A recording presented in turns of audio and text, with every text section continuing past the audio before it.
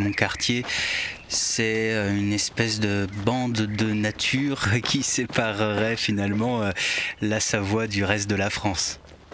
Alors c'est un territoire exceptionnel de par ses sites naturels ou patrimoniaux, mais aussi parce que beaucoup de gens dépensent de l'énergie pour le protéger. Et c'est un quartier qui fait pas loin de 400 km².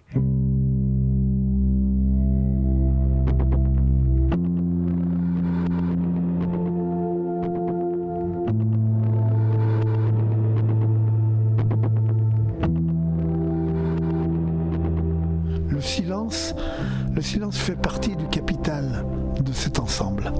Et puis, ouvrons les yeux et regardons.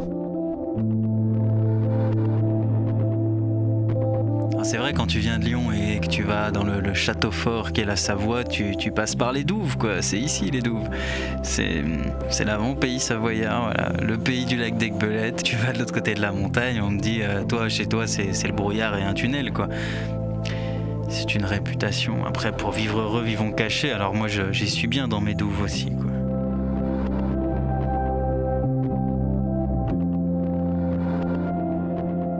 Le fait qu'on les voit pas, souvent on les néglige.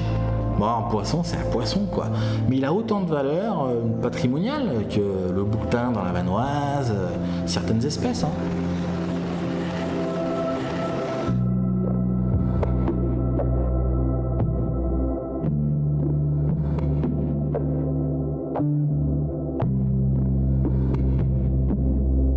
Moi, ça me fait quelque chose quand je touche cette pierre, parce que je me dis 100 millions d'années, bon bah, c'est toujours visible aujourd'hui ici, ouais. Et que à la limite on l'a ramassé il y a 2 heures. Voilà. L'avant-pays est très probablement pour la Savoie le territoire qui a le plus grand nombre de sites archéologiques préhistoriques.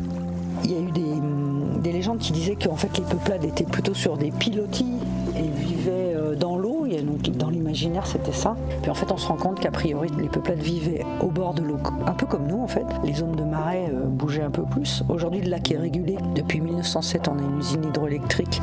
Liée à la topographie, vous voyez comme ça tout est lié.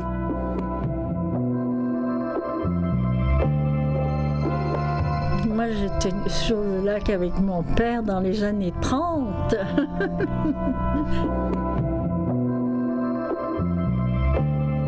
Cet endroit, ce territoire, c'est mon terrain de jeu, quoi. C'est mon jardin, j'y suis constamment, j'en connais pas encore tous les recoins, il est tellement grand. Je les côtoie, je les aime.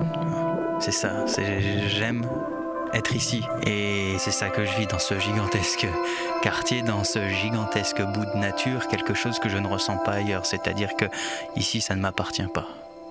Je lui appartiens.